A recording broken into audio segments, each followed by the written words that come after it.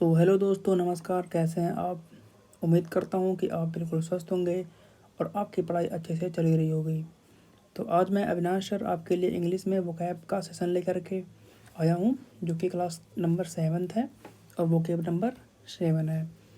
तो बिना आपका समय नुकसान किए मैं सीधे वोकैब पे आता हूँ।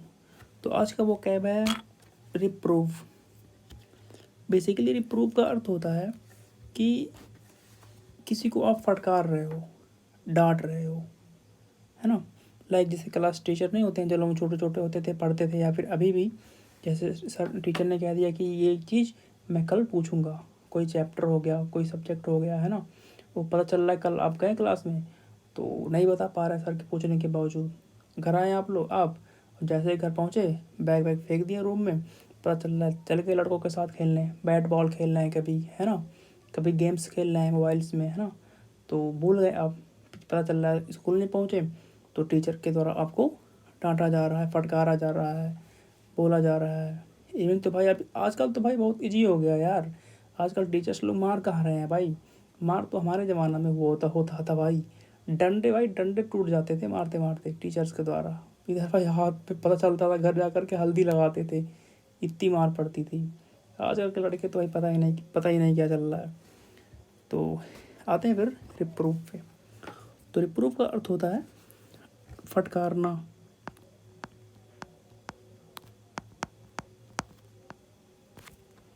है ना, या फिर किसी चीज़ के लिए डांटना। ओके, डांटना किसी चीज़ के लिए।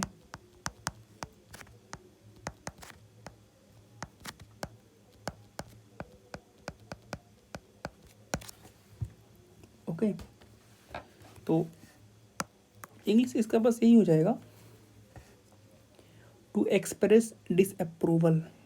किसी चीज़ से आप डिसअप्रूव कर रहे हो, वही मतलब हो गया कि डांटना, फटकारना, बोलना। अप्रूव करना बस उसके साथ आप सहमति जता रहे हो, यस, हाँ, ओके। और डिसअप्रूवल का हो गया, डिसअप्रूवल क्या हो गया, मतलब उस चीज़ के लिए आप अपना डिसएग्रीमेंट दे रहे हो, डांट रहे हो। डिसएग्रीमेंट मतलब सीधे नकार दे रहे हो, है ना, बोल रहे हो, डांट रहे हो, फटकार रहे हो। In that case we can use to express disapproval. To scold हो जाएगा, तो लिख लीजिए to scold, to express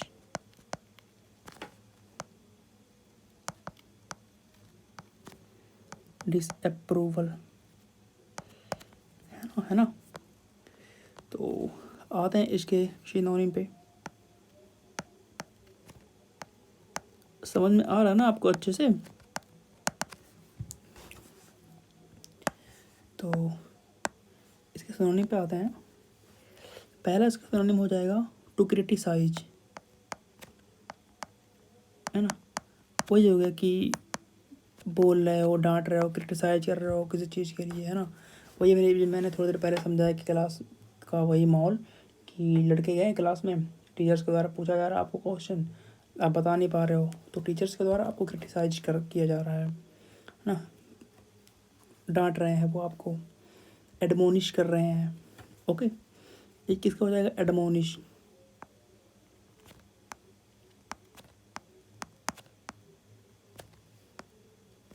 admonish admonish admonish उस केस में यूज होता है जैसे किसी छात्र ने या फिर किसी इंसान ने या फिर किसी चीज़ ने कुछ गलत का कर दिया, है ना।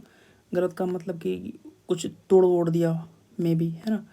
इस तरीके की चीज़, जैसे बॉस ने आपको दिया था ऑर्डर कि हाँ ये चीज़ बना करके दो इतने टाइम के अंदर, अब आप बना रहे थे, बनाने के बजाय उसको आप बिगाड़ दिए। ओके, उसको ख़राब कर दिए। तो उसको उस टाइम उस तो फिर बोल रहे हो उसको कि हाँ भाई तूने ये गलत करा, डांट रहे हो, फटकार रहे हो, तो एडमोनिश हो जाएगा उस केस में। तो लिख लीजिए, टेल समवन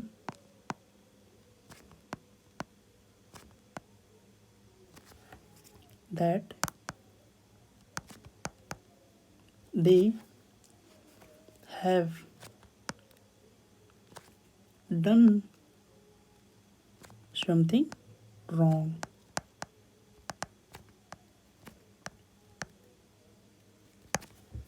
ओके, समझ में आ रहा ना आपको अच्छे से। तो ये हो गया एक सिनोनिम। एक इसका सिनोनिम हो जाएगा रिब्यूक।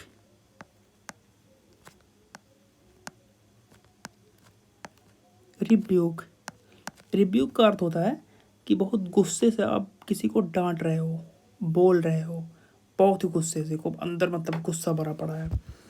जैसे होता नहीं था कि घरों पे होता है कि लड़के कभी कभी नहीं पढ़ते हैं, बदमाशी करते रहते, दिन भर खेलते रहते हैं। तो पता चल रहा है पिताजी आ गए घर पे ऑफिस से, फिर पता चल रहा डांट पड़ रही, मार पड़ रही गुस्से से कि भाई ये दिन भर खेलता रहता है, दिन भर पढ़ाई वढ़ाई कुछ करता ही नहीं है, ऐसे बैठे रहता है दिन भर, है ना, लफंगों की तरह। कभी कभी अभी भाई आजकल के टाइम में हो गया यार कि बस डांट रहे हैं पिताजी। हमारे टाइम में तो ऐसा नहीं होता था भाई। हमारे टाइम में भाई पढ़ते थे डंडे, भाई थप्पड़ थप्पड़ पड़ते थे भाई। मुंह इधर इधर मारते थे, इधर लाल हो जाता था मुँह, इतना मतलब इस तरीके का डांट मार खाया है हमने। ओके। आजकल के लड़कों को तो पता नहीं क्या ही हो गया है भाई। थोड़ा सा डांट देने पे पता चल रहा है कि भाई क्या ही हो गया, क्या ही ईगो हर्ट हो जा रहा है। भाई मैं ये नहीं करूँगा, वो नहीं कर रहा करूँगा। पिता भी डर रहा है आजकल के लड़कों को से, भाई कहीं ऐसा ना हो कि कुछ बोल दे, डांट दे और आगे चल के कुछ गलत कदम उठा दे। तो आज कल की भाई जेन जी जनरेशन कह सकते हैं भाई आज के जनरेशन को। हमारे टाइम में भाई पढ़ते थे मार, मार पड़ती थी भाई, फैट है फैट, डंडे डंडे मार पड़ता था भाई। तो उस ज़माने के स्टूडेंट हैं हम। ओके। तो इसका एक समझ हो जाएगा रिब्यूक। रिब्यूक का अर्थ होता है to speak angrily to someone, to scold हो जाएगा। Okay. To speak angrily to someone. Okay, ये हो गया। एक इसका हो जाएगा सिनोनिम चाइल्ड, है ना। चाइल्ड चाइल्ड का अर्थ होता है कि जैसे आपके साथ किसी ने थोड़ा सा रूड तरीके में बात कर लिया, है ना, गुस्से से बात कर लिया, फिर आप उसको जवाब देने के लिए बिल्कुल बहुत कम बात कर रहे हो, बहुत मतलब मिनिमम बात कर रहे हो। जैसे सामने वाला पता चल रहा 10-10 मिनट तक बोलते ही चला जा रहा है, 5 मिनट तक, और उसका जवाब आप दे रहे हो ओके, है ना, बहुत मतलब अजीब तरीके का, ऐसे पता नहीं क्या भरा पड़ा है अंदर। तो उस केस में हम चाइल्ड यूज़ करते हैं। ओके। मतलब बहुत कम भी बोल रहे हो आप, एरोगेंट की तरह दिख रहे हो। ओके। तो लिख लेंगे to speak to someone severely because they have behaved badly, है ना। तो उस केस में हम चीड़ यूज़ कर सकते हैं, है ना। एक इसका सिनोनिम हो जाएगा रिप्रोच।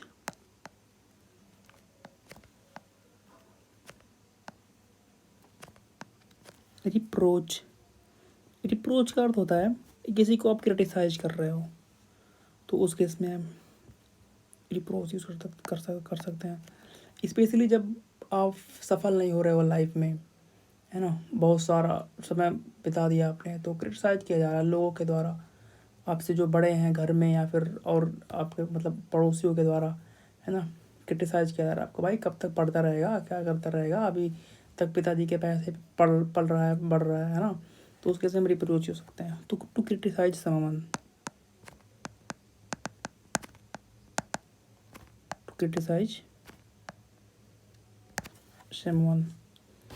ओके। एक इसका सिनोनिम हो जाएगा रेप्रीमैंड, है ना। रेप्रीमैंड रिप्रीमैंड का अर्थ होता है कि बहुत स्ट्रॉन्ग डिसअप्रूवल किसी के साथ आप दिखा रहे हो, बहुत ही स्ट्रॉन्ग डिसअप्रूवल।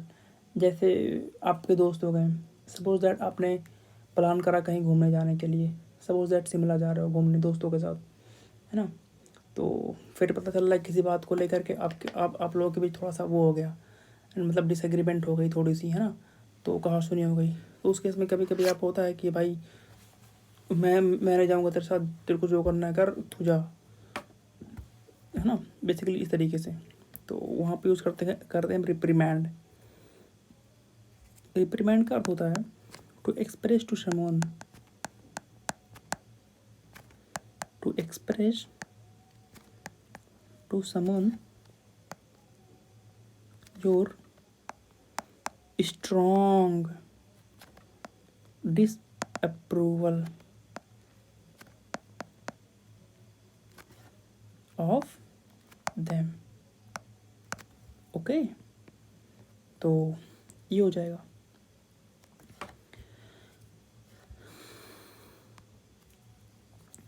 एक इसका सिनोनिम होता है take summons of, take summons of. इसका मतलब हो गया किसी से आप बहुत कम बात कर रहे हो, है ना, तो उस तरह की हो जाएगा। टू क्रिटिसाइज समवन, ये भी लिख सकते हैं आप, टू क्रिटिसाइज समवन, है ना, या फिर टू स्पीक सेवरली, ये भी लिख सकते हैं, टू स्पीक सेवरली, है ना। एक इसका हो जाएगा सिनोनिम कास्टिगेट,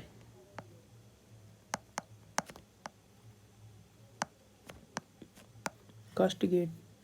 कास्टिगेट का भी अर्थ वही होता है टू क्रिटिसाइज समवन।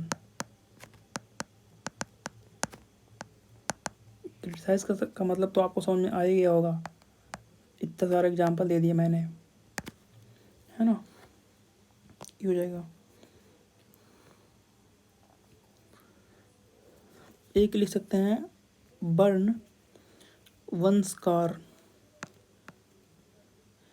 अब देखिए मेरे क्लास से क्या फ़ायदा होगा, जैसे ये हो गया बर्न वंस कार, है ना, बर्न वंस कार, तो ये एक एडियम्स है।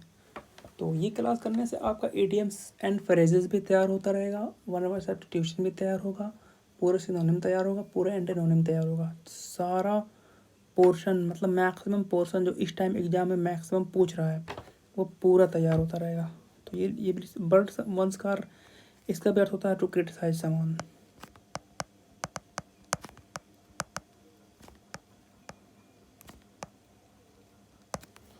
ओके, ये हो जाएगा। एक इसका सिनोनिम होता है गेट ऑन, है ना, गेट ऑन। गेट ऑन का भी अर्थ होता है कि मैनेज कर रहे हो, किसी से जब डील कर रहे हो तो मैनेज कर रहे हो, है ना, मतलब बहुत ज़्यादा एक्सप्रेस नहीं हो रहे हो खुद को कि हाँ बहुत एक्सप्रेसली तरीके से मतलब चीज़ों को शेयर कर रहे हो, है ना, मतलब बहुत प्राइवेट में रह कर के बातें चल रही हैं आपकी, मतलब एक्सप्रेस नहीं कर रहे हो खुद को, तो उस केस में भी यूज होता है। मैनेज कर रहे हो चाहे डील कर रहे हो, तो लिख लीजिए टू मैनेज, एक मिनट,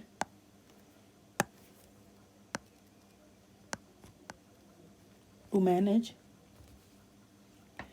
मैनेज कर रहे हो या फिर डील कर रहे हो किसी से, डील विथ ए सिचुएशन, है ना। तो ये हमने पढ़ा इसका सिनोनिम। ओके, तो अभी क्या है, हम पढ़ेंगे इसका एंटोनिम। तो बेसिकली एंटोनिम में क्या होता है कि सिनोनिम में जितना सारा हम लोगों ने पढ़ा है ना, उसका बिल्कुल अपोजिट करते जाना है, पूरा टोटल अपोजिट। जो भी हमने मतलब डिसअप्रूव किया तो अप्रूव कर देंगे, उस तरीके के, है ना। तो जितना हम लोगों ने पढ़ा इसके सिनोनिम में उसका बिल्कुल अपोजिट कर जाएंगे, बिल्कुल। तो पहला इसका तो एंटोनिम हो जाएगा अप्रूव ही हो जाएगा, जैसे ऊपर सिनोनिम में मैंने पढ़ा था डिसअप्रूव, तो इधर अप्रूव हो जाएगा। बेसिकली इसका अर्थ ये भी होता है टू से यस, है ना, समथिंग,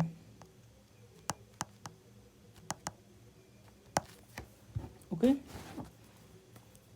एक एक एक इसका हो जाएगा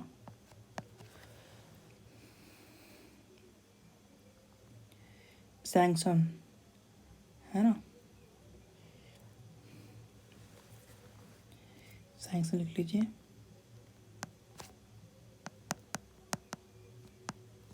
इसका एक अर्थ होता है टू से यस, ओके। एक हेल लिख लीजिए, हेल। हेल का अर्थ होता है पब्लिकली प्रेज। जैसे उसमें होता था कि आप डिसअप्रूव कर रहे थे किसी चीज़ से और क्रिटिसाइज कर रहे थे किसी चीज़ को, है ना, तो इसमें क्या होगा कि उसको बहुत आप वो प्रेज़ करेंगे, मतलब पीठ थपथपाना, थोड़ा सा ये कहना कि हाँ भाई बहुत अच्छा तुमने करा, है ना, थोड़ा सा ऐसे बड़ाई करना कह सकते हैं हम सिंपल लैंग्वेज में। तो ये हेल हो जाएगा। और एक लाउड लिख सकते हैं आप, लाउड। इसका भी अर्थ होता है टू प्रेज, ओके।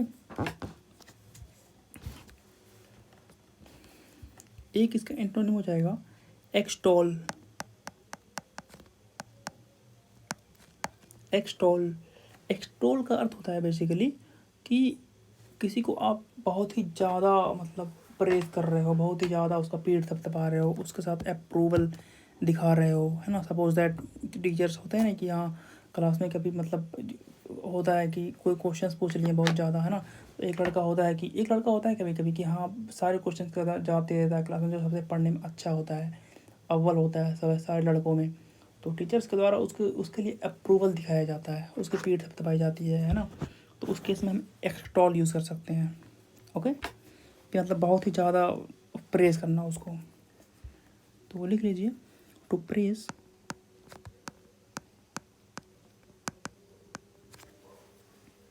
समथिंग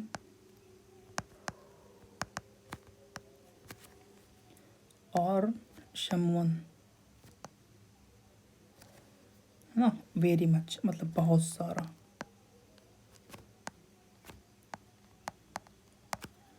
ये हो जाएगा एक्सटॉल, है ना। एक इसका लिख लीजिए सिनोनिम एंटीनोनिम, एक्लेम, है ना, एक्लेम। एक्लेम का भी अर्थ होता है वही कि हाँ पब्लिकली किसी को अप्रूव कर रहे हो, प्रेज कर रहे हो, है ना, उस तरीके का दबदबा दिखा रहे हो, है ना, मतलब देसी लैंग्वेज में। तो वो हो जाएगा पब्लिक अप्रूवल एंड प्रेज, ये हो जाएगा। तो ये था आज का हमारा क्लास, वोकैब का क्लास नंबर 7, जिसमें हम लोगों ने रिप्रूव को कवर किया है, जिसका अर्थ होता है फटकारना, डांटना किसी चीज़ के लिए। तो उम्मीद करता हूँ आपको अच्छे से समझ में आया होगा, है ना, और आपने अच्छे से क्लास को एंजॉय करा होगा। तो लगे रहिए दोस्तों, और बस 10 से 15 मिनट निकालिए मेरे क्लास के लिए। आप मतलब 1/5x 2x पे भी लगा करके देख सकते हैं, है ना। 18 मिनट 20 मिनट का जो मतलब क्लास है उसको 10 मिनट में भी ख़त्म कर सकते हैं पर डे। बस आप 10 मिनट निकालते रहेंगे, बस 10 मिनट। और उम्मीद करता हूँ आपसे, मतलब 100% दावा करता हूँ आप 2015 में खुद को एक अपना अलग इंसान पाएंगे। बस मेरा क्लास आपको अटेंड करने से चेंजेस आपको देखने को मिलेंगी, है ना। और इस क्लास से आपका 1 वर्ड सब्स्टिट्यूशन हो गया, इडियम्स एंड फ्रेजेस हो गया, है ना, और कंप्लीट सिनोनिम एंटोनिम कंप्लीट भाई पूरा कवर कराता रहूँगा मैं, ओके। बस करना कुछ नहीं है आपको, बस दिन भर आप जो पढ़ना है पढ़िए भाई। मैं कुछ नहीं कह रहा हूँ कि भाई ये क्लास पढ़िए वो क्लास पढ़िए, हर क्लास पढ़िए भाई, समय दीजिए और एग्ज़ाम के ओरिएंटेड पढ़िए। ये नहीं कि हाँ जो भाई देखिए, जो जिसमें आपका इंटरेस्ट है वो मत पढ़िए, जो एग्ज़ाम में आएगा वो पढ़िए, है ना। क्योंकि at the end of the day आपको आपका कंपटीशन निकलना ही बहुत ज़्यादा ज़रूरी रहता है। तो भाई इंटरेस्टेड चीज़ें पढ़ने से कोई फ़ायदा नहीं है भाई। पता चल रहा है बैठ करके वीडियोस देख रहे हैं कि हाँ ज्योग्राफी के वीडियो देख रहे हैं कि हाँ ब्रह्मांड में कैसे क्या होता है, तारा कैसे, ये वो है ना। तो इन सब चीज़ों को पढ़ने से देखने से इंटरेस्टेड तो होता ही होता है।